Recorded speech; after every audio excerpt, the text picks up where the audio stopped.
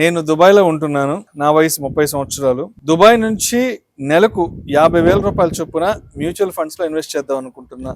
మరి నాకున్న best possibilities ఏంటి, అండ్ అదేవిధంగా ట్యాక్స్ పాయింట్ ఆఫ్ వ్యూలో కానీ లీగల్గా సంబంధించి ఎటువంటి విషయాలు తప్పనిసరిగా తెలుసుకోవాలంటారు, అదేవిధంగా ఫండ్ సెలక్షన్ కూడా ఎలా ఉండాలో చెప్పగలంటూ అడుగుతున్నారు దుబాయ్ నుంచి.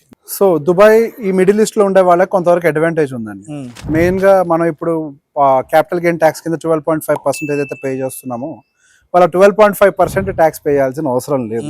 వాళ్ళకి అడ్వాంటేజ్ ఉంది. 50,000 సరిపోతాయంటే 50,000 డెఫినెట్ గా సరిపోవండి. ఇప్పుడున్న కండిషన్ లో డెఫినెట్ గా మీరు అక్కడ సంపాదించేటప్పుడు మీ పిల్లల్ని బెస్ట్ గా పంపించడం కోసమే ట్రై చేస్తారు. బెస్ట్ కాలేజ్ ఇవ్వాలి, బెస్ట్ మ్యారేజ్ చేయాలి, అంత బెస్ట్ ఇవ్వాలని ట్రై చేస్తారు. సో ఇన్వెస్ట్మెంట్స్ అనేవి సాధ్యమైనంత వరకు పెంచుకునే ప్రయత్నం చేయండి.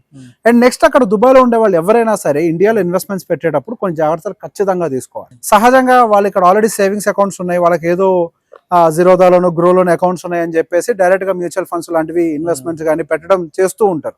అది ఇల్లీగల్. ఇండియన్ రెసిడెంట్ గా మీకు డిమాట్ అకౌంట్ పెట్టుకొని మీరు ఒక ఎన్ఆర్ఐ అయ్యి ఉండి ఇన్వెస్ట్మెంట్స్ పెట్టకూడదు. మీరు మీ కేవైసీ మొత్తాన్ని మార్చాలి. మీకు అక్కడ ఉన్నటువంటి అడ్రస్ ప్రూఫ్ ని, మీ NRE or NRO bank account proof ని సబ్మిట్ చేసి మీరు మీ కేవైసీని ఫస్ట్ చేంజ్ చేసుకొని ఉండాలి.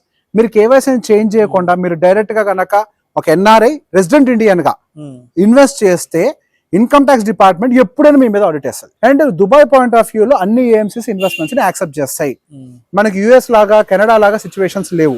దుబాయ్లో మనకి ఏవైతే 45 ఏఎంసీస్ ఉన్నాయో 45 ఏఎంసీస్ దాదాపుగా అన్ని కూడా యాక్సెప్ట్ చేస్తాయి. ఎటువంటి ప్రాబ్లం లేదు. ఇక్కడ మీరు ఇన్వెస్ట్ చేసేటప్పుడు ఎన్ఆర్ఈ బ్యాంక్ అకౌంట్ ని యూజ్ చేయాలి. మీ existing savings bank account NRO account గా కన్వర్ట్ చేస్తారు. సో కన్వర్ట్ చేయించుకోండి. ఈసారి ఇండియా వచ్చినప్పుడైనా కానీ మెజారిటీ ఆఫ్ ద పీపుల్ ఇంకా సేవింగ్స్ అకౌంట్స్ వాడుతున్నారు. అది మీకు ఎప్పటికైనా కానీ లీగల్ కాంప్లికేషన్స్ తీసుకొచ్చి పడతాయి మీ మీద. కాబట్టి ఫస్ట్ అకౌంట్స్ అన్నిటిని చేంజ్ చేసుకోండి. నెక్స్ట్ ఇన్వెస్ట్మెంట్స్ పెట్టేటప్పుడు మీరు ఎన్ఆర్ఈ నుంచి ఇన్వెస్ట్ చేసినా ఎన్ఆర్ఓ నుంచి ఇన్వెస్ట్ చేసినా కానీ వాళ్ళు అలా చేయాల్సింది ఏంటి అని అంటే వాళ్ళు రెసిడెన్స్ సర్టిఫికేట్ తీసుకొని ఉండాలి. దాన్ని ఏమంటే ట్యాక్స్ రెసిడెన్స్ సర్టిఫికేట్ అని అంటారు. అది వాళ్ళ ఆరిజిన్ కంట్రీలో జనరేట్ చేస్తారు. అండ్ దాంతో పాటుగా ఫామ్ 10F అనేది ఒకటి ఉంటుంది.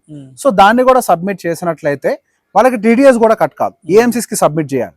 ఏఎంసీస్ కి మీరు అంటే మీరు రిడీమ్ చేసే టైంలో మీరు ఏఎంసీస్ కి సబ్మిట్ చేసినట్టయితే టీడీఎస్ కూడా కట్ చేయకుండా ఇస్తారు. సో బేసిక్ గా మీరు దాని బేసిస్ మీద మీరు ఈవెన్ ఇండియాలో కూడా క్యాపిటల్ గెయిన్ ట్యాక్స్ పే చేయాల్సిన అవసరం అయితే లేదు. సో ఈ అడ్వాంటేజ్ తీసుకోండి.